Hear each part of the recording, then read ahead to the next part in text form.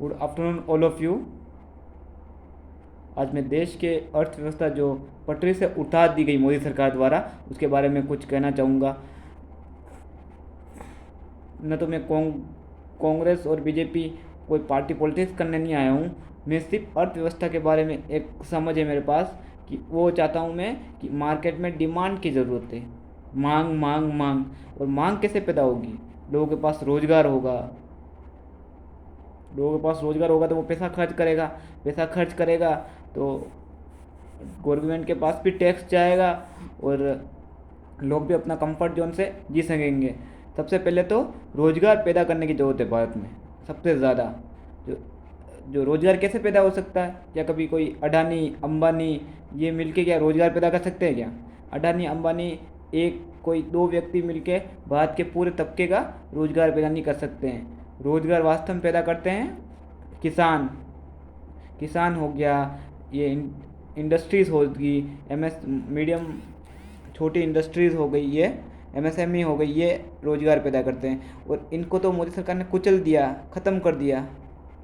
इसका बहुत बड़ा इफ़ेक्ट ये हुआ नोटबंदी से कि छोटे उद्यम ख़त्म हो गए और अडानी अबानी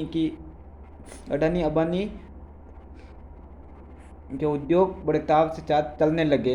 इनकी इंडस्ट्री का तो विकास हो गया, छोटे व्यापारी लूट गए। और अभी तक और 2 साल कोरोना महामारी ने पूरा व्यापार को बंद करके रखा था, बिजनेस को बंद कर रखा था। लोग घरों में थे, अपना बिजनेस नहीं चला पाए।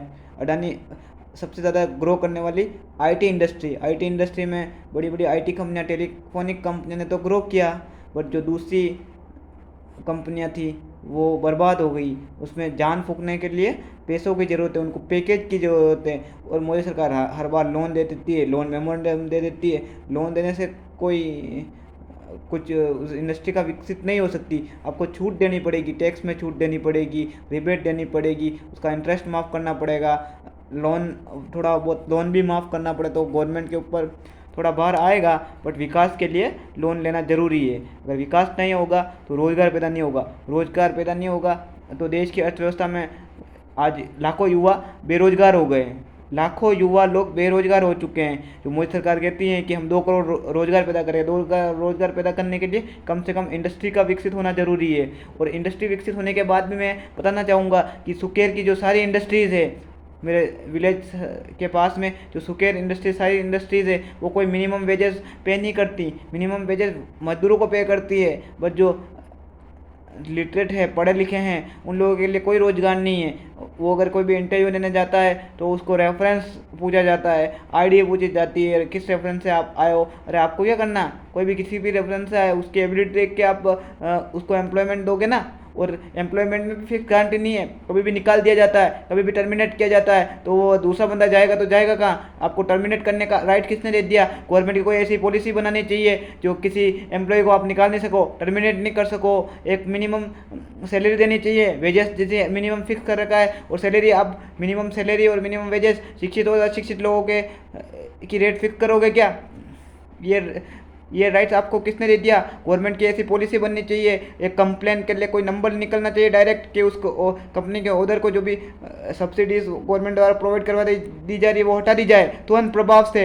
ये कोई गवर्नमेंट की कोई पॉलिसी नहीं है इसके अंदर। अभी सुकेर में इतनी सारी मार्बल इंडस्ट्रीज दे रखी है, बट जो पढ़े लिखे लोग हैं, जिसने MBA CS ICW है, BCom MCom B.Ed M.Ed जो कर रखा है, उस डिग्री वालों को कोई प्रत्यक्ष रूप से रोजगार नहीं है। और 15-20 हज़ार रुपये के रोजगार में होता क्या है? 15-20 महंगाई कितनी बढ़ गई है, ना कोई अलाउंस बढ़ता है, ना कभी इंक्रीमेंट होता है, कुछ भी नहीं। रोजगार के सबसे बड़े इस मुद्दे को अहम बनाना चाहिए, क्योंकि रोजगार नहीं तो देश का विकास नहीं, और देश का विकास नहीं तो बात पिछड़े। अभी श्रीलंका की हालत हो गई है, श्रीलंका कर्ज में डूब गया, पूरा का पूरा बर्बादी हो गई है श्रीलंका की कर्ज ले लेके। और मोदी सरकार ने कट पे कट बढ़ा दिया। न तो रोजगार है, न रोजी है, न रोटी है। मिडिल क्लास लोग बर्बाद हो गए। धन्यवाद, थैंक यू मेरे को सुनने के लिए। Thank you for listening me.